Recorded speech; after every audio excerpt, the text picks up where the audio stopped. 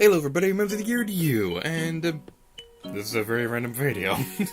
There's not really much I can say about that, but what I can say is, a couple months ago, we were treated with the special announcement that a mainline Animal Crossing game was coming to Nintendo Switch. And this is something that's been in my mind for quite a while now, because I, like a lot of people out there who've probably already made videos like this, want to know what this new game is going to be like. So, I decided, even though we're probably going to have a discussion on this game at some point on the game channel, I wanted to just make a random video discussing what I'd personally want to see in Animal Crossing Switch. So without further ado, let's go! To be completely honest, I would be perfectly happy if this game was to Animal Crossing New Leaf what City Folk was to Wild World. This could be a carbon copy of New Leaf, and I'd still be really happy, because New Leaf did so many things right. You got to be the mayor of the town, so you had more customization options for the entire town. So if they could continue on with that in this new game, that would be really cool. And honestly, I don't really know what else they could change about this, to be completely honest. Like, they could have some integration with Animal Crossing Pocket Camp, which we'll be going over later in the video. But as for what kind of new gameplay gimmicks they could do, I'm not entirely sure what they could do to make it better than Animal Crossing New Leaf. But I'm just one guy. Nintendo's teams have, like, a bunch of people working on their games, so they probably are smarter than me, and I've come up with a billion other ideas that I could never think of. I'm not entirely sure what kind of shops they could introduce in this game, but there's one in mind that I'd really like to see. I'd like to have the ability to have Red come into the town and stay there and set up his own store. Because the paintings and art stuff in Animal Crossing series is one of the most difficult things to 100%. Now, I'm not saying take the challenge away, because I have a couple other things I'd like to say about this. The big reason why I'd like this to happen is because Red appears randomly in your town, and you can only purchase one painting from him every day. So, this does encourage trading for people who do have the painting that you want, and things like that. But what I'm suggesting is they have a store for Red that's basically similar to what it's like in Animal Crossing New Leaf, where there's 4 of them, 3 of them are forgeries, and it's your job to figure out which one is the real one to purchase from Red. So I hope they do something like this, because that would make 100%ing the museum a lot more streamlined, but they'd still keep the challenge there. One of the things that we already know about this game at the time that I'm recording this video is that this game will in some way connect to Animal Crossing Pocket Camp, because when that game was announced, Nintendo already confirmed that Pocket Camp would eventually connect with future Animal Crossing games. So, we don't know what that connectivity is, but that's what we're here to speculate about. So, what I'd like to see is that items and furniture and villagers from Animal Crossing Pocket Camp transfer into the new Switch game. But not just Pocket Camp. I'm also hoping that the animals from Animal Crossing New Leaf can transfer as well, because, to be completely honest, I'm just so attached to my villagers in Animal Crossing New Leaf that I'd hate to say goodbye to them in favor of whatever new games coming out for Switch. So, what would be really neat would be if they release some kind of figure amiibo, or an amiibo card or something like that, where you could transfer your villagers from your town to the new game. Or, it doesn't have to be an amiibo or something like that, but just some way that I could transfer my villagers to the new game. Now, objectively, characters like the Squid Sister versions of CC and what's her name, and the Zelda villagers, they could already be implemented into the game, and you could transfer them that way. But it would just be really neat if you could transfer all your villagers from New Leaf into the new game. That not just the ones that have amiibo and things like that. I don't actually know if all the villagers have amiibo cards. Obviously, this game's gonna have online multiplayer. There's no reason why they wouldn't have talked about this game, or teased it or anything like that, in the same direct that they talked about the Nintendo Switch Online, and just not have online multiplayer in this game at all. So I really think that they will have online multiplayer in this game, and it will probably work the same way as New Leaf, where you can go to your friends' towns and things like that, or you can upload your town to a Dream Suite. They probably have some other way of uploading your town that doesn't involve the Dream Suite, because they don't want to reuse too many ideas or things like that. But Another thing that I could see them doing is having two players playing in the same town on the same system by sharing Joy-Cons and things like that. Because local multiplayer is a big selling point with the Nintendo Switch, and I think that the Animal Crossing team would want to capitalize on that. Another thing that I'd like to see them do is connect the Nintendo Switch Online app. This app is very mixed in Nintendo fans' opinions because the fact that the Nintendo Switch Online's voice chat is locked behind the app.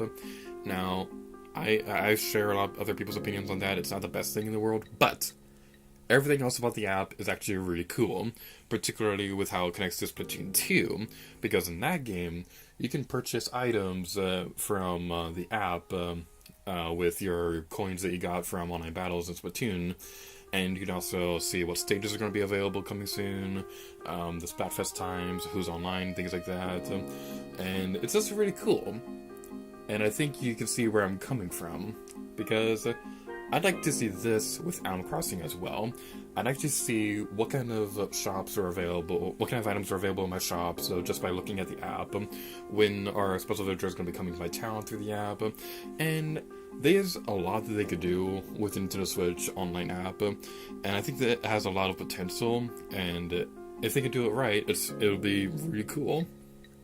The thing about that, though, is I'm also hoping that they don't lock content behind the Nintendo Switch app, because not everybody has access to it. I believe some items are only available in the Splatoon 2 Splatnet app, so there is a little bit of content locked behind it, but it's nothing game-breaking or anything like that.